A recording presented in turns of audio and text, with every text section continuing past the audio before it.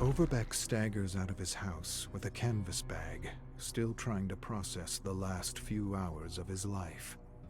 Everything's a blur, nothing makes sense, and his veins are still pumping with a tingling concoction of anesthesia and adrenaline. Feels like Nam all over again. One minute you're drifting off to some faraway dreamland, the next you're fighting off the surgeon in a strange, foggy half-nightmare.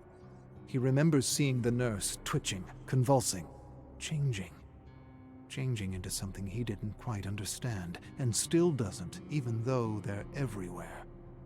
He remembers sensing something was off. Way off. He remembers his gut churning, twisting, fighting against the weight of his eyelids, trying his best to keep them open as bloody hell erupted all around him. He remembers falling to the ground with the nurse, the tray clattering, the knives and tools scattering.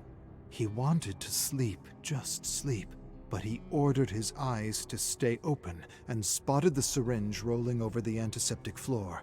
He remembers jerking his arm out, grabbing the syringe, and smashing it into his heart. Or was it his arm? Or maybe both. He doesn't remember anymore. Doesn't matter. All that matters is he made it out of that hell alive. He shakes his throbbing head and clambers over a barricade blocking an alley, winds his way through the burning city toward the market.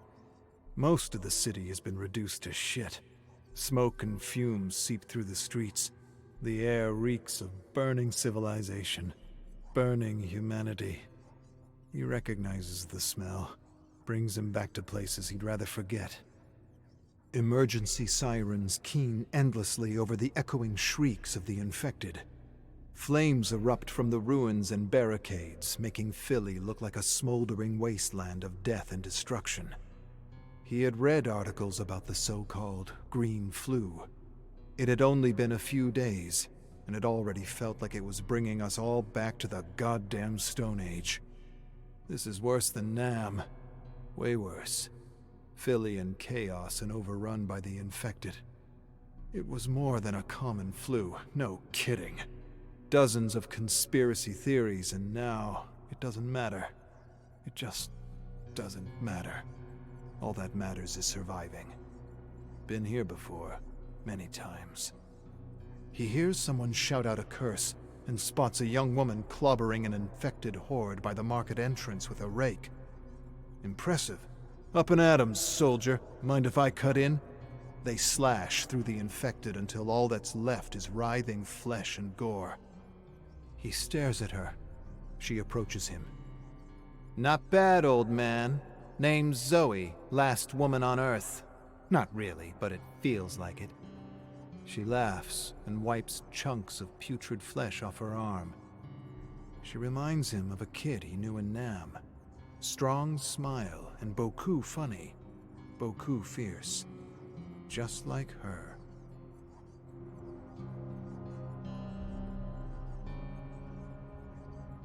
"Hello? Anyone out there? I need a hand over here." Bill hears the cries for help above the agonizing groans of the infected. He spots a cage in the middle of all the chaos surrounded by the infected. He grabs his rifle and fires, splitting infected heads like watermelons.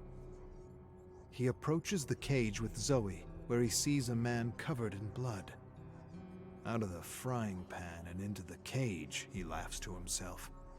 "How'd you end up in this shithole of a thing?" The man sighs. "Quit yapping and get me out." Zoe looks around. "Something ain't right about this."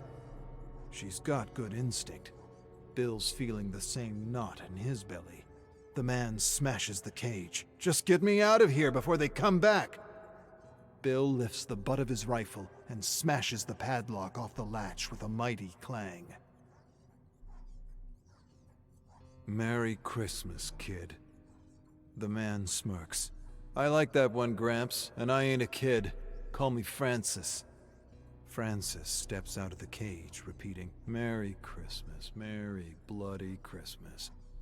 Bill spits over an infected corpse sprawled over the rubble. "That's my line. Find your own." Francis's smile grows. "No copyright on a line like that." Bill knows what he's doing. They're kind of a pack, and this ain't about a line. This is about who's calling the shots. A lot of brass for a civilian. Truth is, no one is really in charge in this shitstorm, and we all gotta take the lead in some way or another, and he's too stupid to understand. He ought to break him now before things get nasty, set him straight. He inches closer to the man. Zoe sighs. Boys, it's just a goddamn line. A sudden clicking sound behind them, and Bill senses they're screwed. They turn to face 3 men with guns trained on them. Out of the cage and into the blazing goddamn fire. Francis sighs. Shit. Canadians. Bill looks them over. A group of men in makeshift hazmat suits and rifles. We ain't Canadians. Now move! Bill looks to Zoe and Francis and goes sotto voce. They're survivalists. Francis scrunches his face. So, what are you saying? You saying they're worse than Canadians? Bill doesn't know how to respond to this. He fought with Canadians, damn good soldiers. What's your beef with Canadians? Francis shrugs. What is it?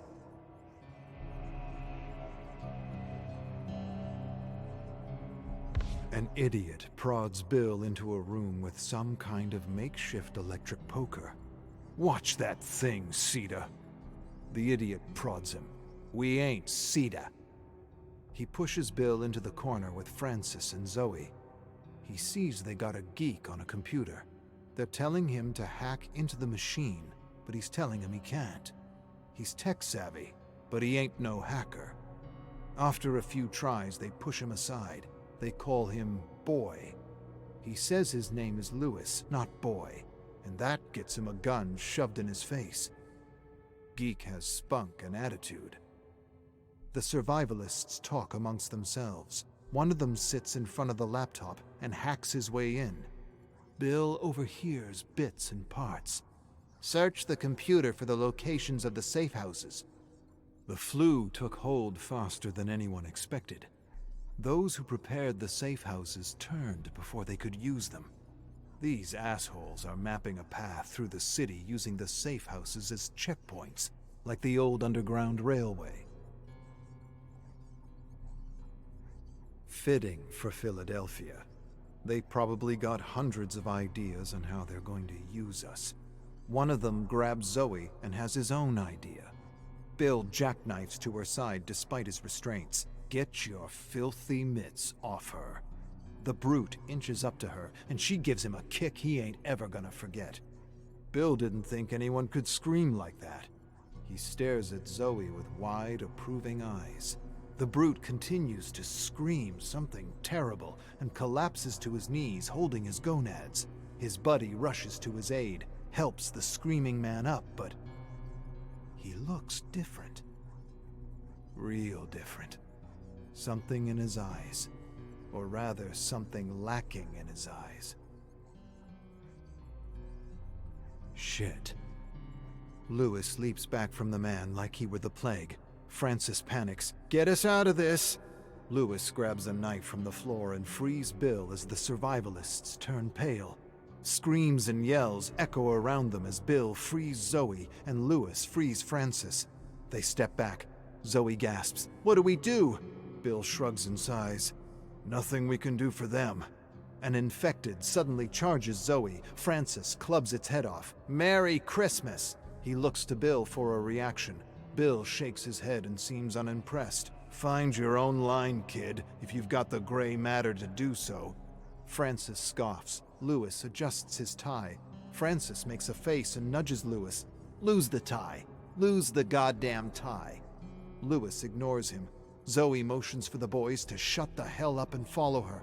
Let's find an island we can rot on and then fight over ties. Bill raises an inspired eyebrow. That sounds like a plan. He actually likes the idea of rotting on an island while the world goes to hell. Kid's right. Grab some gear and let's get out of here.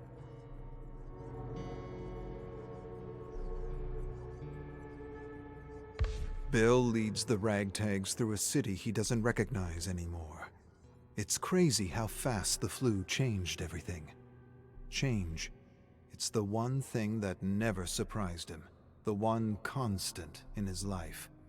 Change and surviving in the new normal. But this new normal could take some getting used to.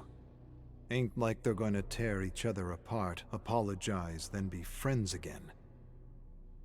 He stares into the gloom and goes over the last few hours of his life in his mind. He didn't catch anything. They didn't catch anything, and by all accounts, they should have. Then it dawns on him. They're immune. They're asymptomatic, ticking bombs just waiting to spread the flu. I brought the flu to them. Poor bastards. Lewis steps up beside Bill.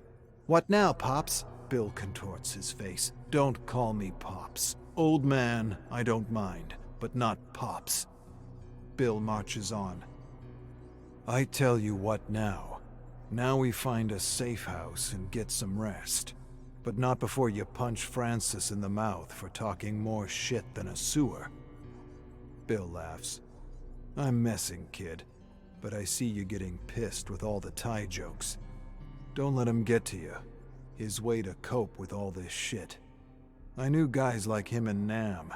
They're just scared to die and distract themselves by messing around with others. But what really gets me is he stole my goddamn line. Lewis laughs. Bill doesn't find it very funny. I know. Imitation is the sincerest form of compliment. But that civilian using my line, that just ain't right.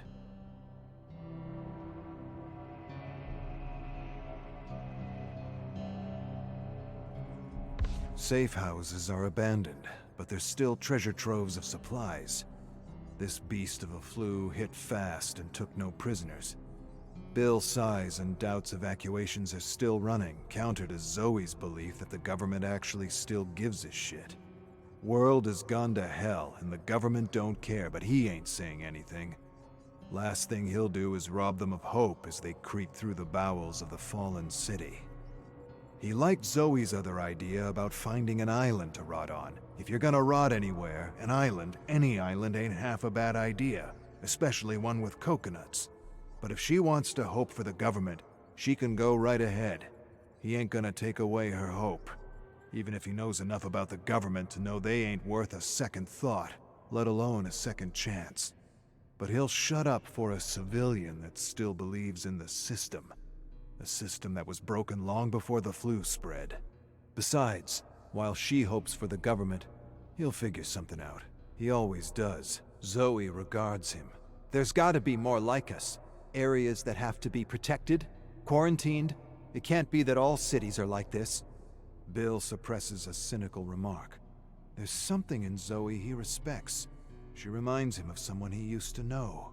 Someone he used to be, someone who had all kinds of ideas and ideals before he had seen the true face of governments, of humanity. It's nice to see that in her. Real nice. He hopes it lasts and this hell doesn't stamp it out of her. A heavy wind moans dreadfully and carries with it an all too familiar smell.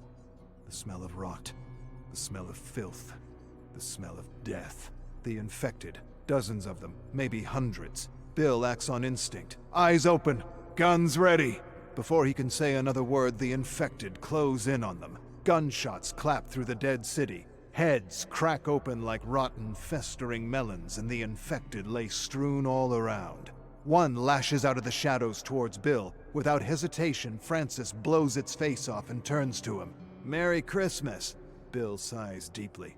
Bastard saved my life and now he's trying to rub it in my face. He gives Francis a stern, grizzled look. All right, the line's yours, now shut the hell up and shoot. Bill curses under his breath and continues to shoot dark silhouettes charging through the deep orange dusk. Damn, I miss this.